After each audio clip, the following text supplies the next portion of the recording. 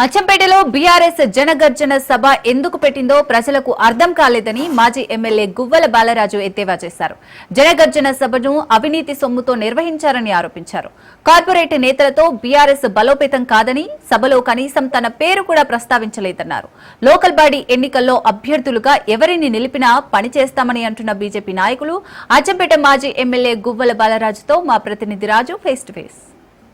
తాజా రాజకీయ పరిణామాల మీద మనతో మాట్లాడడానికి బీజేపీ నాయకులు మాజీ ఎమ్మెల్యే గువ్వల బాలరాజు గారు. సార్, నిన్న బీఆర్ఎస్ జనగర్జన సభను మీ నియోజకవర్గంలో పెట్టింది. ఏంది అసలు ఆ సభ ఎజెండా ఏంది? అసలు మీ ఊసే ఎత్తలేదు, మీ పేరు ప్రస్తావన కూడా చేయలేదు. మీకే అర్థం కాలేదంటే నాకేం అర్థమవుతుంది? మీ ప్రొఫెషనే ఏ పార్టీ ఏం సభ పెడుతుంది, ఎందుకోసం పెడుతుందని మీకైతే మొదటగా అర్థమవుతుంది. నేనైతే ఆ పార్టీలో లేను, ఏం జరుగుతుందో అంతగా గమనించలేదు. గమనించిన మీకే అర్థం కానప్పుడు నాకు అర్థమయ్యే పరిస్థితి లేదు. కారణం ఏంటంటే నేను కూడా కొంత మీరు అన్నట్టుగా మీ అటువంటి మీడియా మిత్రులు అడుగుతారు అనే ఉద్దేశంతో సమాచారాన్ని సేకరించే ప్రయత్నం చేసిన. కానీ ఎక్కడ పెద్దగా కేటీఆర్ గారు ఎందుకు వచ్చిండ్రో తెలియదు, ఏం మాట్లాడిండో ఎవరికి అర్థం కానటువంటి పరిస్థితి. ఓ పక్కనేమో రేవంత్ రెడ్డి గారి గురించి మాట్లాడతారు, ఇంకో పక్కనేమో గువ్వల బాలరాజు అంటే పేరు తీయలేరు. పేరు తీయడానికి కూడా మేమంతా అర్హత లేనట్టు ఉన్నాము. వాళ్ళకు ఈ మాటల వాళ్ళ ఎత్తుగడ ఏంది అని అంటే, గువ్వల బాలరాజు పేరు తీస్తే మమ్మల్ని వదిలిపెట్టాడు కాబట్టి గువ్వల బాలరాజు పేరు తీయకుండానే ప్రసంగం ముగించాలనుకుని చాలా దిగ్విజయంగా ఆయన నా పేరు లేకుండా ఒక మాటతో ముగించేటువంటి ప్రయత్నం చేసింది. కానీ ఒక అవమానకరమైనటువంటి మాట మాట్లాడడం జరిగింది. రేపు భవిష్యత్తులో ఈ నాయకుడు వెళ్తే వెళ్ళిండేమో, ఇంకొక నాయకుడిని తీసుకొస్తాం, మేము ఎవరిని తీసుకొస్తాం సంబంధం లేదు, మేము ఎవరికి బొట్టు పెడితే వాళ్ళకు ఓటేయండి, కేసీఆర్ ముఖం చూసి ఓటేయండి అని అన్నాం. అంటే ఇంకా కూడా ఎస్సీ ఎస్టీ బీసీ అణగారిన వర్గాలంటే ఏమాత్రం చదువుకోలేరు, వాళ్ళకు అవగాహన లేదు, వాళ్ళకు విజ్ఞత లేదు అన్నట్టుగా అవమానపరిచే మాటలు మాట్లాడడం శ్రేయస్కరం కాదు. ఒక రాష్ట్ర పార్టీకి, ఒక ప్రాంతీయ పార్టీకి వర్కింగ్ ప్రెసిడెంట్గా ఉన్నటువంటి కేటీఆర్ గారు మేము ఎవరిని నియమిస్తే వాళ్ళకే ఓటేయండి, వాళ్ళ ముఖం చూడాల్సిన పని లేదు, మా నాన్న ముఖం చూడండి, నా ముఖం చూడండి, ఆయననే పెద్ద హీరో అన్నట్టుగా మాట్లాడే ప్రయత్నం చేయడం జరిగింది.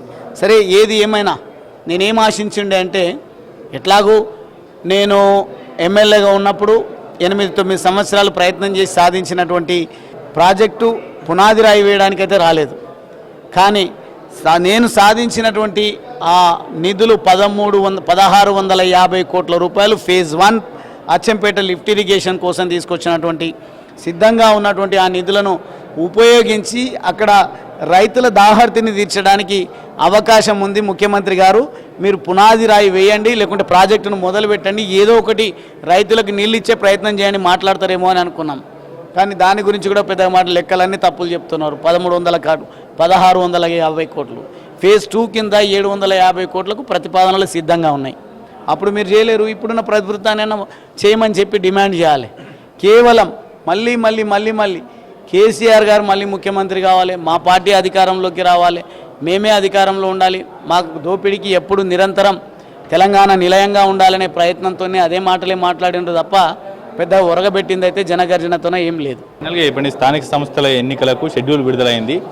మీ వర్గానికి టికెట్లు ఇప్పించుకునేటటువంటి ప్రయత్నాలు ఎన్ని చేస్తూ ఉన్నారు? లేదంటే ఎవరిని నియమించినా కానీ అభ్యర్థిగా మీరు సంపూర్ణ మద్దతు ఇస్తారా? ఎట్లా మిమ్మల్ని నమ్ముకొని వచ్చినటువంటి క్యాడర్కి ఏం భరోసా ఇచ్చి పార్టీలోకి తీసుకొచ్చారు? బీజేపీలో నిఖార్స్ అయినటువంటి యువకుడు, తనకు నిబద్ధత ఉండి మోడీ గారి నాయకత్వాన్ని ముందుకు తీసుకుపోతామనే విశ్వాసాన్ని ఎవరైతే ప్రకటిస్తారో వారికి స్థానిక సంస్థల్లో నిలబడేటువంటి అవకాశం పార్టీ ఇస్తే నేను ఇచ్చేది ఏం లేదు. పార్టీ ఎవరికి అవకాశం ఇచ్చినా వాళ్ళను గెలుపొందించడం కోసం అహర్నిశలు పనిచేసి గెలిపే దిశగా ముందుకు పోతాం. మీకున్న ఓన్ క్యాడర్ అవకాశం అవసరం లేదా? ఈ ఎన్నికలకు కేవలం బీజేపీ ముందు నుంచి పనిచేస్తున్నటువంటి నేతలకి అవకాశం దక్కితే ఎట్లా? సో ప్రయారిటీ అనేది త్యాగాలు చేసినటువంటి వాళ్ళకు ఉండాలి, ముందు నుంచి ఉన్నటువంటి వాళ్ళకు ఉండాలి. నా ఎంబడి వచ్చినటువంటి వాళ్ళు నా పైన విశ్వాసంతో వచ్చిండ్రు. నేనే పదవి ఎమ్మెల్యేనో ఎంపీఓ కావాలనే యావతో రాలేదు. నా ఎంబడి వచ్చిన వాళ్ళు ఎంపీటీసీఓ, సర్పంచో, ఎంపీపీఓ, జడ్పీటీసీఓ కావాలని, చైర్మన్ కావాలనేది యావతో వచ్చిన వాళ్ళు కారు. ఆ ధీమాతోనే చెప్తా ఉన్నా, ఎవరికైతే ప్రజలకు ఆదరణ ఉంటుందో, నిజంగా ఈ భావవ్యాప్తి కోసం, ఈ ధర్మాన్ని, ఈ జాతిని కాపాడడం కోసం మోడీ గారు చేస్తున్నటువంటి ప్రయత్నంలో భాగంగా ఎవరైతే అహర్నిశలు కృషి చేస్తూ ఉన్నారో వాళ్ళకి ఇచ్చేదానికి అవకాశం ఇవ్వడానికి చూస్తాం. లేదు అని అంటే అటువంటి నాయకులు ఏదైనా గ్రామంలో లేరు అనుకుంటే మేమే నిర్ణయం తీసుకొని ఎవరినైనా నియమిస్తాం, వాళ్ళని గెలిపించడం కోసం పనిచేస్తాం. ఇది ఓవరాల్గా నిన్న బీఆర్ఎస్ నిర్వహించినటువంటి జనగర్జన సభ ఎందుకు నిర్వహించారనేది కూడా అర్థం కావడం లేదనేటటువంటి కామెంట్ చేస్తూ ఉన్నారు. మరోవైపు పార్టీ అధిష్టానంతో చర్చించి అవసరమైతే కేటీఆర్ నియోజకవర్గమైనటువంటి సిరిసిల్లాలోనే చర్చకు సిద్ధంగా ఉన్నాం అనేటటువంటి సవాల్ను కూడా చేస్తున్నటువంటి పరిస్థితి ఉంది. కెమెరా పర్సన్ భరత్తో రాజు, రాజ్ న్యూస్, హైదరాబాద్.